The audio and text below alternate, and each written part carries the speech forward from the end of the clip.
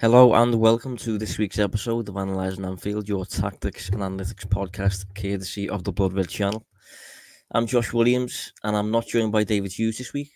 I'm not joined by Guy Clark. I'm joined by Mo Stewart. How do you feel, mate, ahead of your Analysing Anfield debut? I feel good. A mixture of nerves and excitement, kind of like a new signing. Although, to be honest, I'm a little bit worried. Well, I'm kind of glad there's no one around here for me to turn around and headbutt. So I think I'll probably do better than Darwin did in his early days. But yeah, looking forward to the show.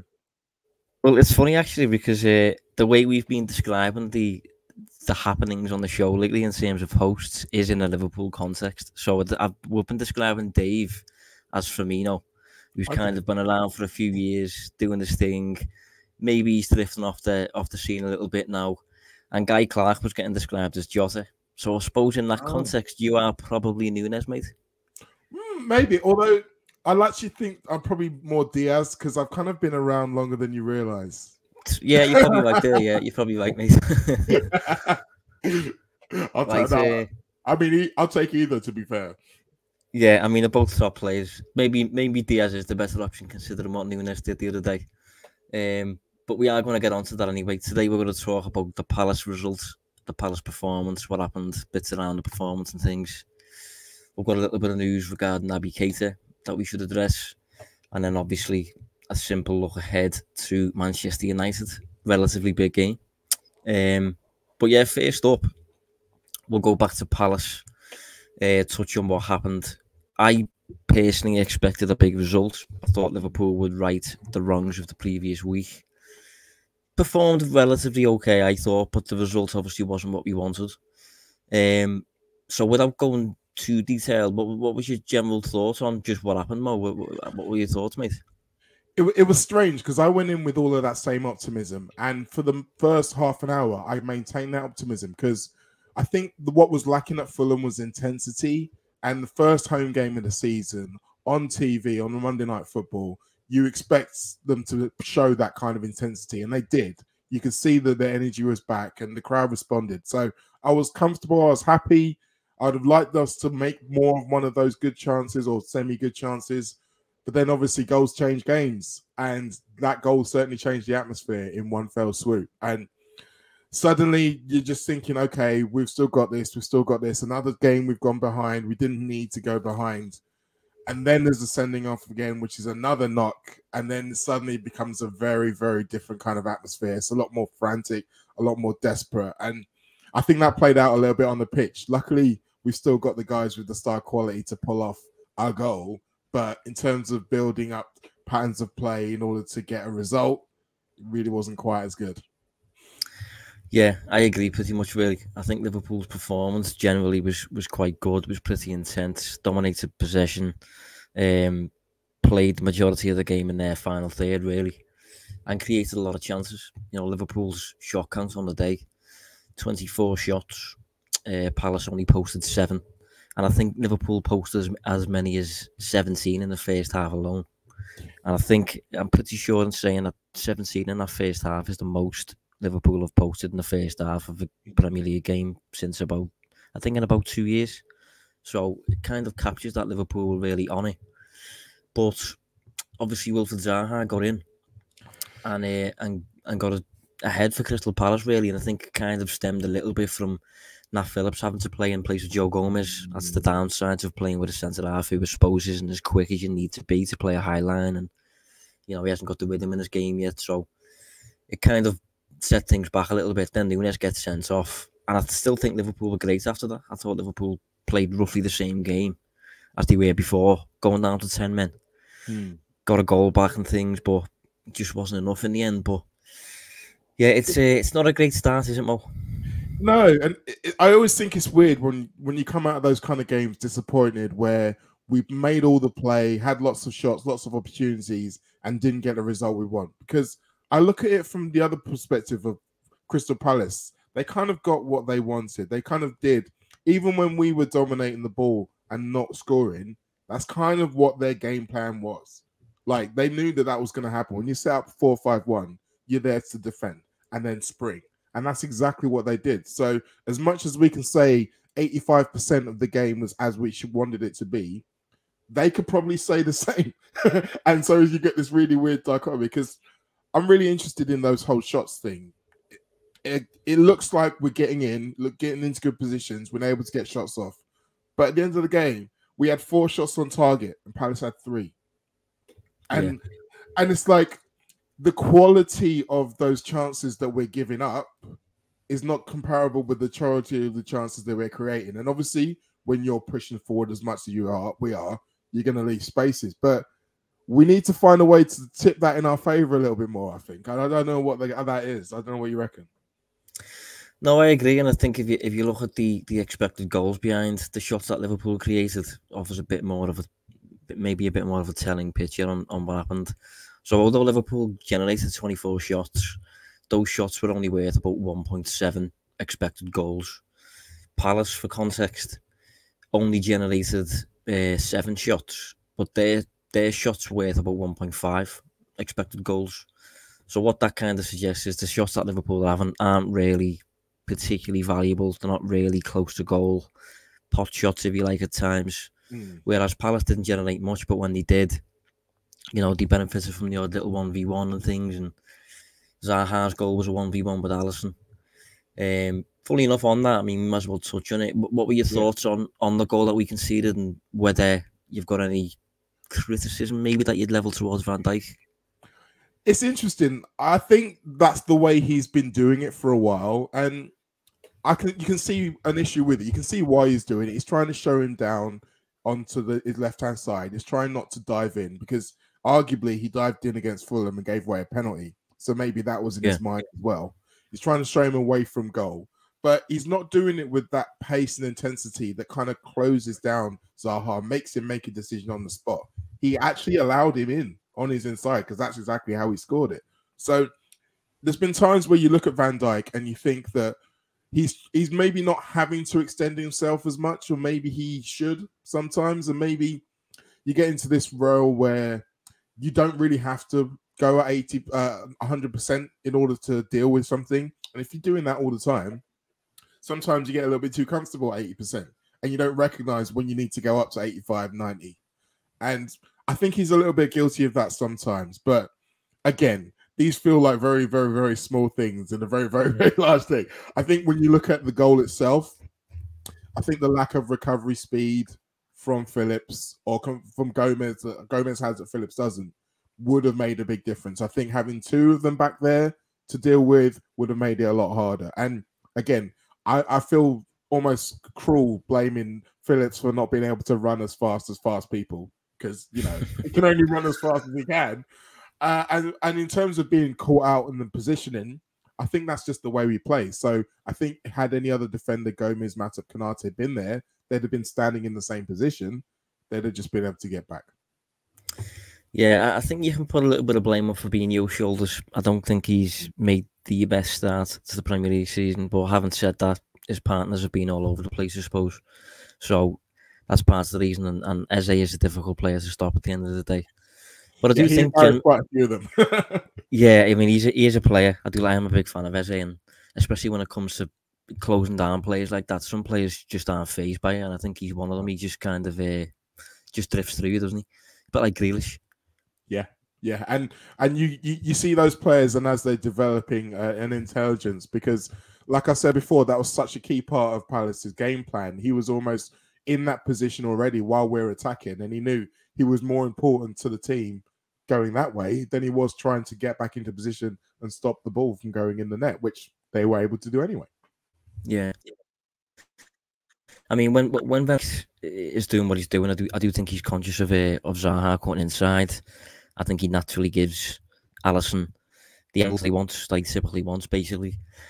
And I think usually those result in saves, and we just kind of move on and accept that we do tend to face at least one of those per game. But in this case, I think Zaha's finish is just top quality. I think it's in off the post, and there's not much Alisson can do there. I think Van Dijk does what he usually does in that situation. It's just one of them. And at the time, I did think that Liverpool would still have enough to come back and win the game.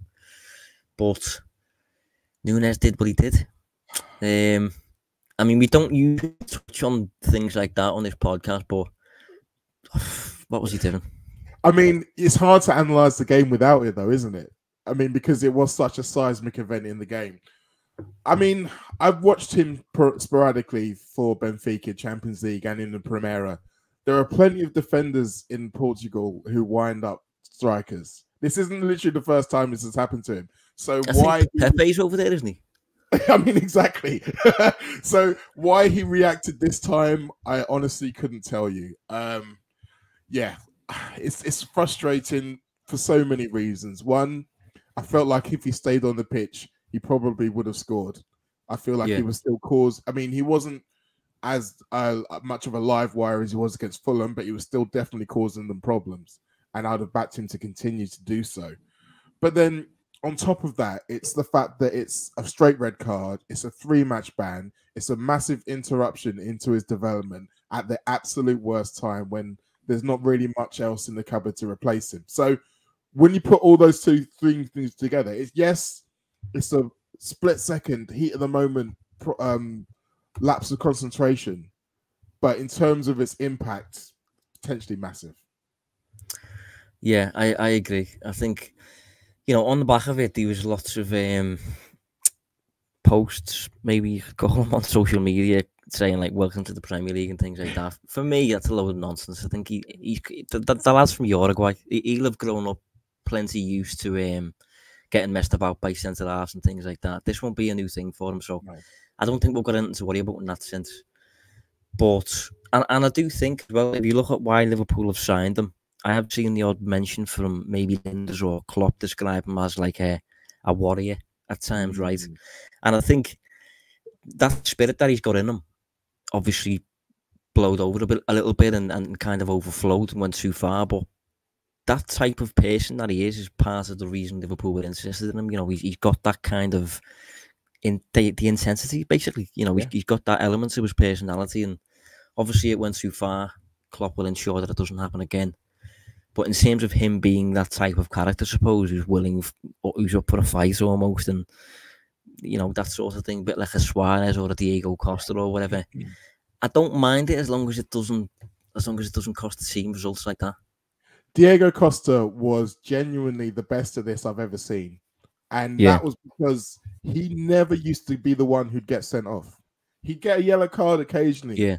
He would always end them up on the pitch, smirking as his defeated rival gets sent off or gets carried off or whatever. But it's a fine line, and you have to know the referees. So as much as he might have had it from defenders before, maybe how the referees deal with it, he's got to get used to. And that's hopefully something that they're relaying to him in the dressing room right now.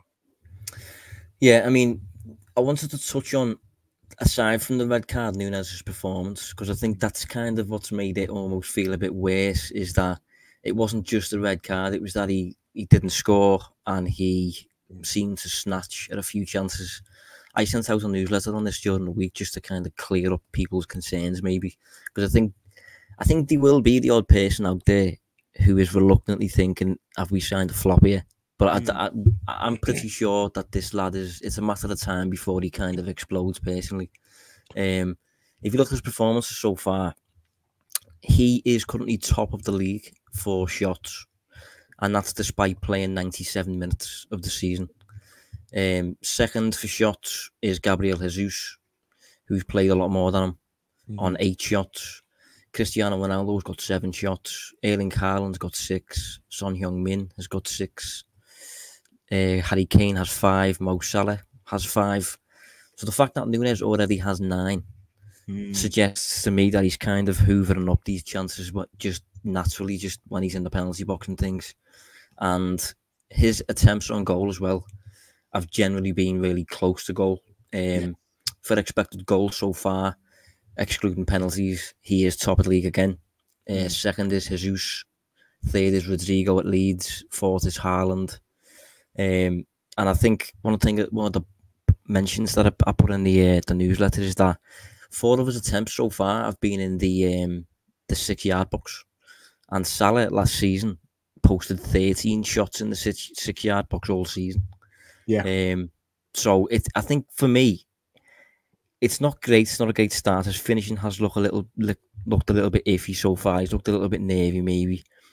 But his nature is captured by those numbers for me. And if he keeps doing that, if he keeps being Nunez, he will just score. He will just score goals. He's just what he does. But he just needs to make sure he's on the pitch to do it.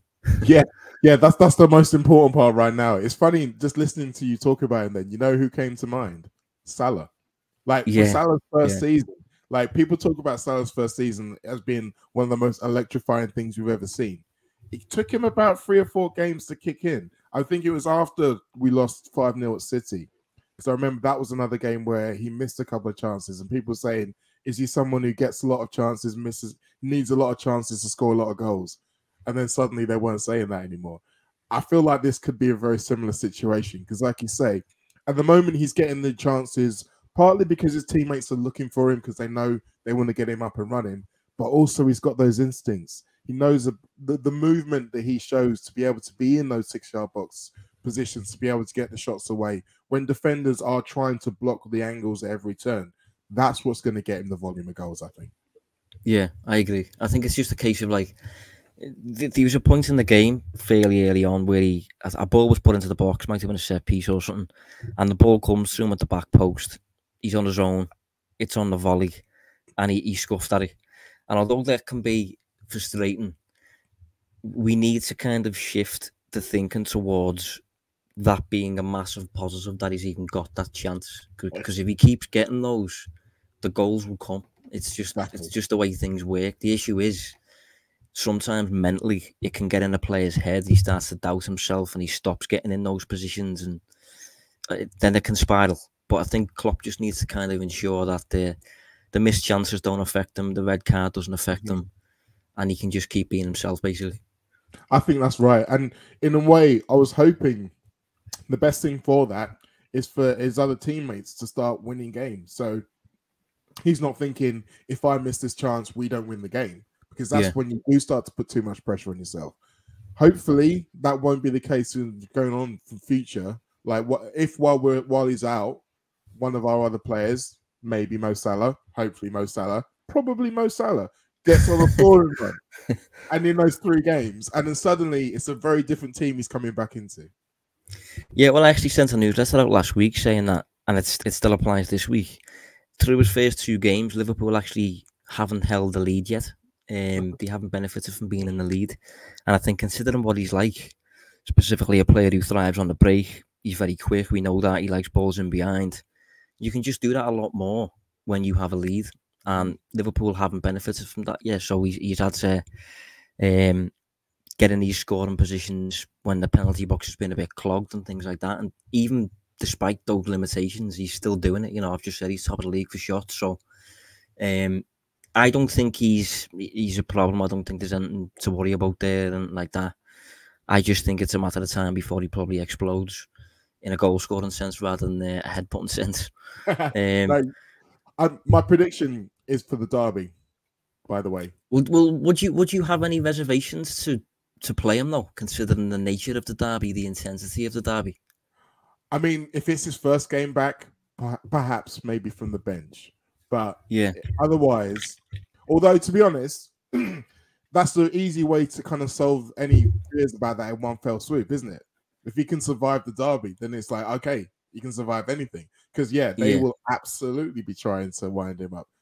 But I don't know. I feel like he's someone who can thrive in that atmosphere. I feel like maybe there's just the early nerves of his first start at home, wanting to get off to a good start, feeling anxious it wasn't. That's why I bowled over. But having seen this and having this now highlighted and him now being aware of having to curb that and channel it properly, I think he's going to take off. And unfortunately, Everton fans, he's going to be another one of our players you absolutely hate. Add to the long list. But before we move on, I just want to touch quickly on Joe Gomez. I thought Joe Gomez was very, very good when he came on. Very relaxed, very reassured. And I think just tactically, it was night and day really compared to what Phillips offered. I thought Phillips generally was all right. I thought he was, he provides a certain level and he's reliable and he's an honest player and things. But tactically, because he's not, if you put Phillips in a 1v1 against Wilfried Zaha's probably winning most of them. I think up against someone like Joe Gomez, though, because of Joe Gomez's 1v1 ability, he just allowed Liverpool, I thought, to keep attacking almost like they still had 11 men, whereas they didn't. They had one fewer man. And that was because of Gomez's ability to just kind of hold the fort next to Van Dijk and just basically say to everybody else, you can go and attack. Definitely. I mean, I was listening to some of the Palace fans talking on the radio after the game, and they said, despite the fact he scored the goal, the one that he missed and his lack of hold-up play, they weren't really happy with Zaha. It was almost like we shackled him a little bit too easy, apart from the time we didn't. And when Gomez was on the pitch, you could see there's just a different mindset with everybody else. There was a lot more comfort. And one of the things I always notice about Joe Gomez is his passes. Like when we're trying to go from left to right through the team to kind of create the space, when it gets to him, he punches it in down towards the side. So not only has Trent got the ball in front of him to run onto, you can actually take the time to look up before he gets to the ball, so he knows exactly what he's going to do when he gets there.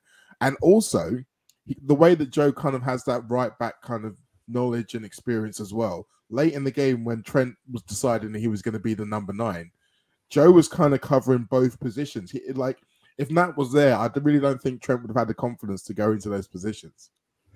No, it's a great point, actually. Yeah, I think a lot of people pointed out that Trent was basically, I mean, he was kind of like a number 10 for the remaining 20 minutes of the game, and it was quite weird considering Liverpool were down to 10 men. But you are right that Gomez almost occupied 2 defensive positions there, and he does have experience on the flanks because of his days as a fullback. And as I said, he's great 1v1, very quick, composed on the ball.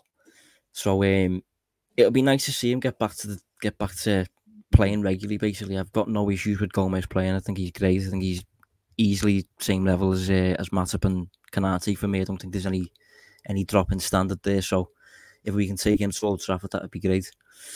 But before we even move there, we have Naby Keita news that has emerged. That is a little bit surprising, I thought. Coming out of Sky Germany, apparently he's a little unhappy with his game time.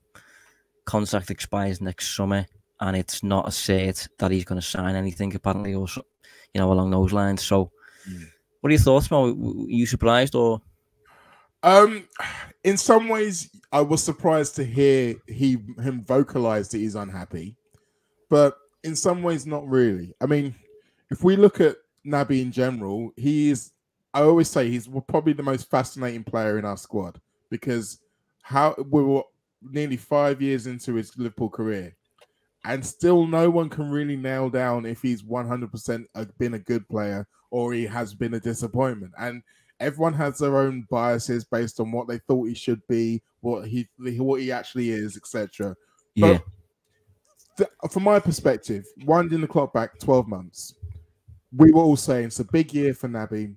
He's got to prove that he can be relied upon to be available for games to get that new contract. And then you look at his last season, he was available.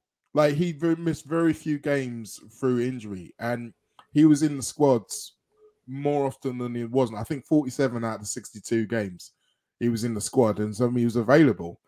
But at the same time, you look at it and say that in terms of how much he was actually on the pitch, he was well behind Henderson and Fabinho, for example, and a little bit behind Thiago as well. So he can think, okay, well, I proved myself, I was available, but you didn't put me on.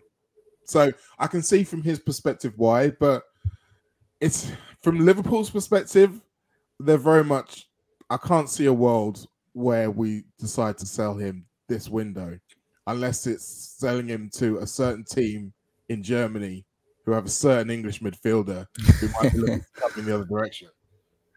If he was to leave for free, though, what would be the feeling for yourself? Because as you say, he's a fascinating player, and I think when it comes to the Liverpool fan base, he does split it a lot. So if he was to depart, I'm not that sure how I'd feel personally. I mean, one thing we have to always acknowledge, I think, is that Liverpool midfielder for Liverpool is the hardest position to play. Like, Trent's doing lots of things and spinning lots of plates, but he kind of invented that himself. Actually playing midfield for Liverpool, because of the way Trent works, is so much of a harder job, and it's a thankless task at that as well. Because what you could find is very similar to Gini Wijnaldum. People will be saying, "Oh, well, he doesn't get enough goals. Oh, he doesn't get enough assists. Look what he's doing for Holland. Why isn't he doing that for us?" And it's like, well, there's a reason, because I'm not being asked to do that. It's a very different job, and I think going back to what we were saying before about looking at Naby's stats when he was at Leipzig and seeing that he was doing all these key passes and assists, but also all these tackles and interceptions. And you think he's this guy who does it all, but he had a very different role in that team. In terms of, do I think we would miss him without him? Yes, I do. I think that it's very underrated how he's actually able to influence games. I don't think we can all recall like the Naby game, like how everyone's always got like the game that they won the game on their own, it seemingly. But he's been really important in a lot of big wins, even if you haven't necessarily been the one talking about. So you'll miss him when he's gone, but he's not necessarily in the top of the echelon. So it's a really difficult one for the manager to kind of square, because you're telling him that you rate him. Like there was an article from Neil Jones that came out yesterday that said that Klopp thinks that he's still in his first three, in his first choice 11. So he's telling him that, but he's not actually putting him on the pitch. And so you can look at it and say, well, he's still valuable to Klopp. Klopp still wants him. He still played in some big games. But Naby, you can look at it and say, well, it's not enough, especially if that English fellow that I mentioned before is coming in next year. Yeah, I think with Keita, I would like to keep him at the club. Obviously, I would like to keep him around the squad, but I don't know. I think I would have been surprised if you'd have said to me when he signed that in a couple of years' time, a 31-year-old Jordan Henderson will be keeping him out the team. I would have been surprised if you'd have said that to me. He's now 27, Keita. I've got no issues with him when he's on the pitch. In terms of numbers, he generally does contribute across the board. He's in the 92nd percentile across Europe's top 5 leagues for tackles, 90th percentile for pressures, does a lot of ball carrying, a lot of progressive moving, can dribble, scores the odd goal. So I think generally across the board, he is that kind of modern Red Bull product in the middle of a park, basically. But the issue is just whether, I don't know if he's got like an element of trust with Henderson because of what Henderson is like as a person, and then maybe he has a little bit less with Keita or whatever. But I don't know what it is. I don't think Klopp's got an issue playing Keita. It's just when everybody's fit.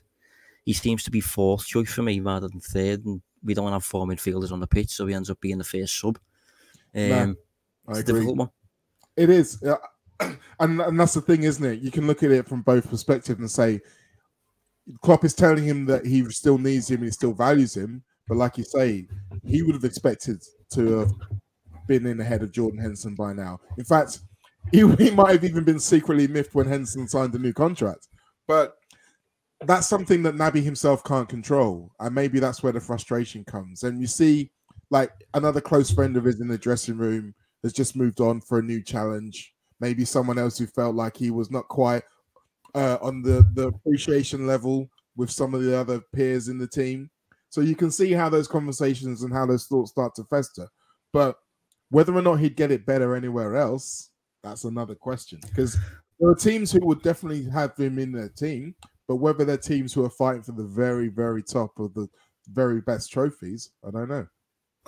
Well, I'm not sure if he did leave. I don't think I'd be particularly worried that Liverpool are going to miss out on a special talent that we haven't yet seen. I think the Keita we have seen so far is Naby Keita, in my opinion.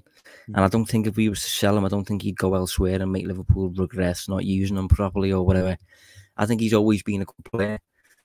But yeah, it's a weird one, because if he did leave, I mean, I've just said I'd like to keep him on the squad. You can't really do that as much if he's unhappy with that role in the squad. So you would have to let him go. And if in that case he did go, I don't know how gutted I'd be.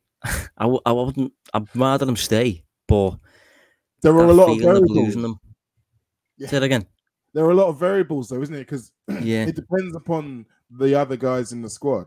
Because that's really what normally happens. Is the reason we don't miss someone who was previously quite integral is because someone else has come through and taken their place. So if we see a season out of Curtis or out of Harvey, who are basically look like they're ready to take on a larger share of the midfield minutes, and then you add in a Jude Bellingham, then I don't think we will miss Naby. I think if we're asking to replace Naby with all new recruits, so if we're looking at selling or letting Naby go in 12 months and then bringing in 2 new midfielders, that's a little bit more difficult because, I mean, we've already seen how long it takes people to integrate into our midfield to begin with. I mean, even Fabinho, we forget, took a while. I mean, we forget because it's almost been a while since we've actually brought a midfielder. But yeah, it's something that takes a while for anyone to come into. So that kind of succession plan element of it, that's really important as well, I think. Well, it's going to be interesting to see what Liverpool do, because next summer, as it stands, it could be a case of Liverpool lose Milner, Oxlade-Chamberlain and Keita in the same summer. Obviously, we're trying to get Bellingham by all accounts, but it will probably have to be more than just Bellingham if Keita also leaves. So it's an interesting one anyway. It's one to look forward to, maybe. It's one that we can talk about further down the line. Maybe we can tip a few player names who can potentially fill a void or whatever. But on a brighter note, Manchester United still are very good. They are currently bottom of the league, unless I'm mistaken. No. And Liverpool play them next. How are you feeling ahead of this one? I can see a lot of people who are now suddenly nervous about it because of how Liverpool have played. I'm here to allay those nerves because we have played below our best, and we still could probably say on chances and on possession we should have won both those games. Manchester United cannot say that. Manchester United were well and deservedly beaten in both their games. And you can say against Brighton, there was a brief period after they got the goal back where maybe muscle memory and maybe fear would have spooked Brighton into conceding an equaliser. But it wouldn't have been through anything Manchester United have done positively. They're still a mess. And I don't think that they're going to mess that's going to untangle in a week. And I think it's going to get worse because they're going to have to deal with unhappy fans. It's going to be protests outside the ground beforehand. Hopefully only outside the ground and not on the pitch, guys. But they've also got this whole Ronaldo situation. Is he staying? Is he going? Is it worth even picking him? So in terms of Erik ten Hag sitting in a meeting with his players saying, this is how we're going to beat Liverpool, I've got no idea what he's going to say because I don't know if they can. But yeah, from a Liverpool perspective, we need to play better. That's all true. But Manchester United, whew. Yeah, you described them as a mess. I think that's a great way of putting it, really. They are absolutely all over the place at the minute. I don't know. I can't believe it, to be honest. I can't believe that they've got a change in regime, not just in terms of the manager, but in terms of the man upstairs as well. And everything is literally exactly the same. They haven't went and signed the players that they needed. Suffered 2 bad results at the start of the season. Everyone's now panicking and they're getting linked with the deadwood from throughout Europe. And the 2 highest earners at the club are the 2 players who conflict with Ten Hag's ways the most in David De Gea and Cristiano Ronaldo. So, and both of them look highly likely to play against Liverpool. Yeah, it could be a bloodbath if it goes to plan from a Liverpool perspective. And from a United perspective, a lot of the time, I don't even see how they get out their own half for large periods of this game, because they seem wedded to building from the back under Ten Hag. And they've got a goalkeeper who absolutely cannot do it, and a group of midfielders who can't do it.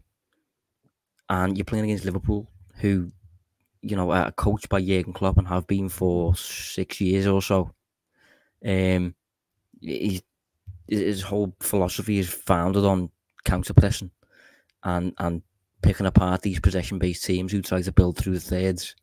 So, tactically, I think this is a terrible, terrible game for United. And I said a few months ago, actually, when me and Dave talked about the fixture schedule. Mhm. And I remember seeing that Liverpool had United, third game of the season away from home.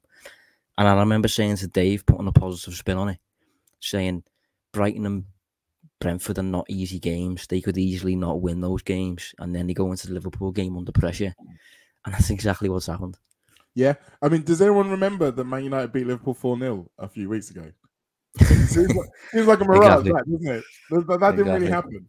But tactically, you're right. I mean, it's a really hard spot Ten Hag finds himself in, because we've already heard a few leaks from within the dressing room saying that they're not sure about this new style and they want to be more pragmatic against Liverpool because they're scared, as they should be, of being carved open like a can of tuna. But the fact is that this early into Ten Hag's reign, he can't relent. If he relents now at this stage, then his authority is done. And he knows that just as well. So he's going to have to force them to do the way he wants. So his only real grace is bringing in different players who may be able to do it. Like, I see the idea of having Christian Eriksen as a deeper lying midfielder, but there's a reason he didn't do it for Tottenham. And there's a reason why every time Tottenham came to Anfield, he struggled. It's because of the other end. It's because we were swarming all over him. And in terms of defensively, in terms of being able to protect the ball, if someone with such a technical ability, you'd expect him to be able to do it, he gets caught a lot. And that's something that they're going to have to reckon with if they keep playing in there. You already mentioned David De Gea. He's had some good games against Liverpool in the past, but at the same time, he has had some games where he'd like to forget.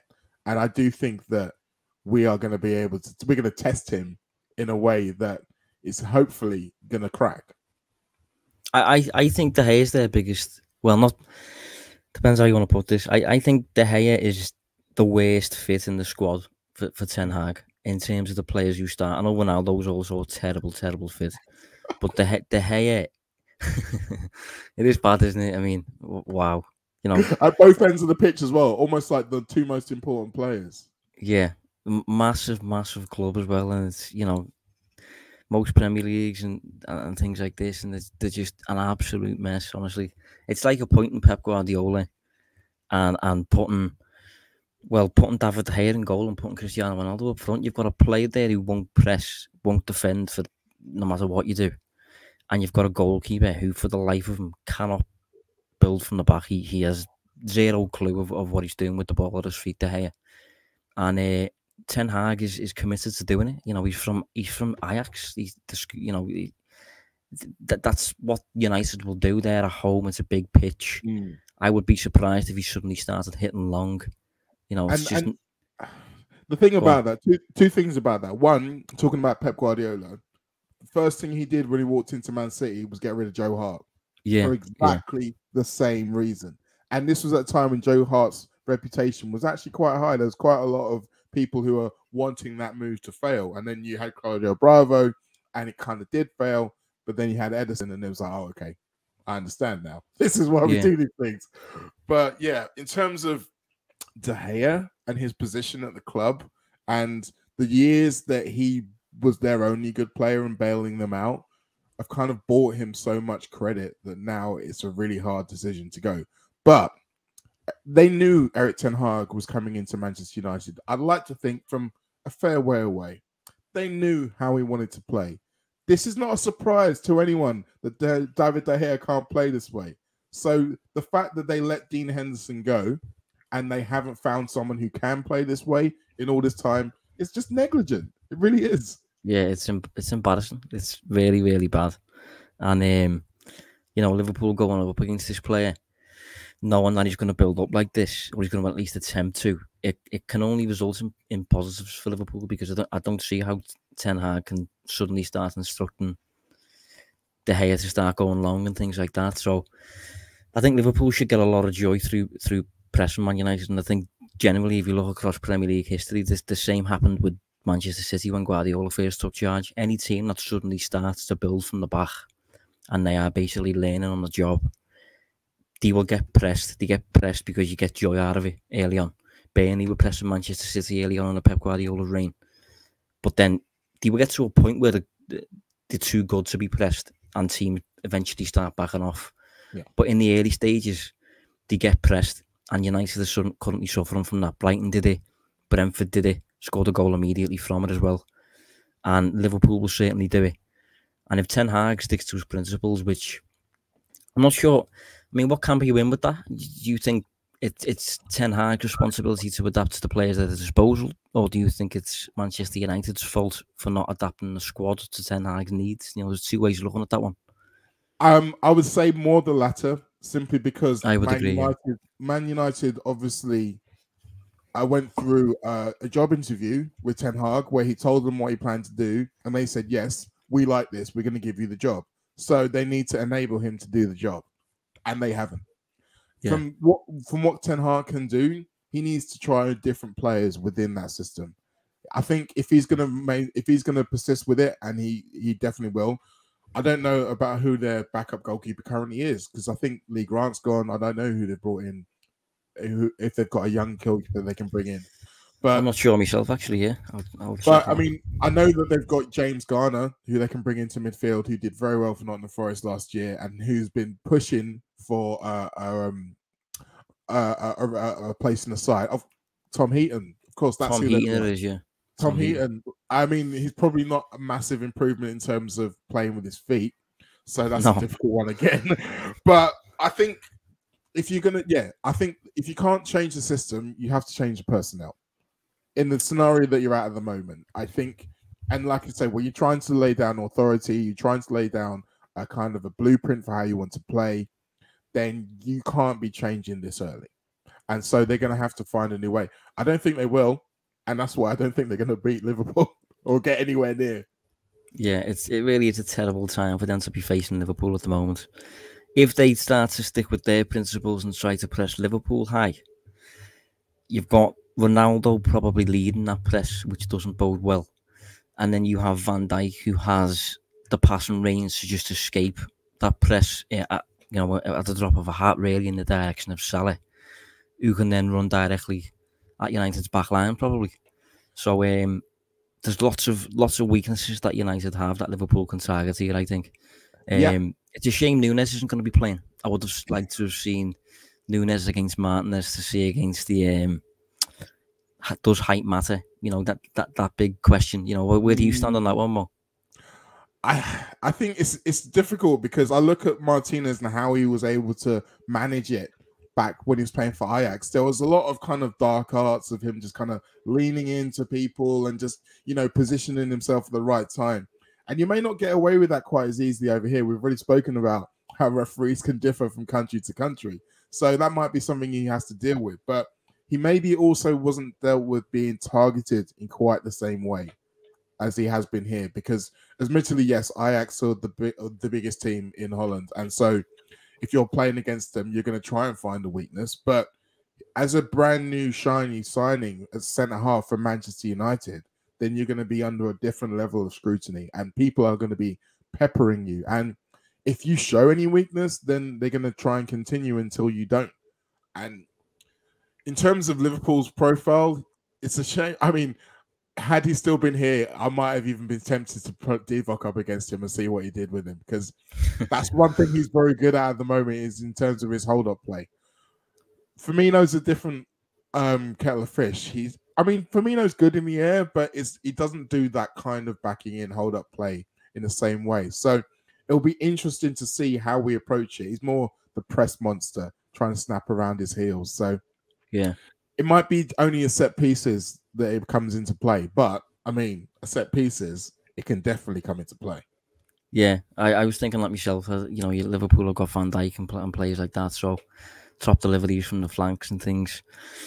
So that one's going to be interesting. But I think generally Ten Hag's probably put a bit too much weight on the fact that Martinez is left-footed without considering this is England, he's 5'9", and it will get targeted probably more so than it was in Holland. I do think generally he's a decent player, and I don't think his start has been as bad as people have suggested.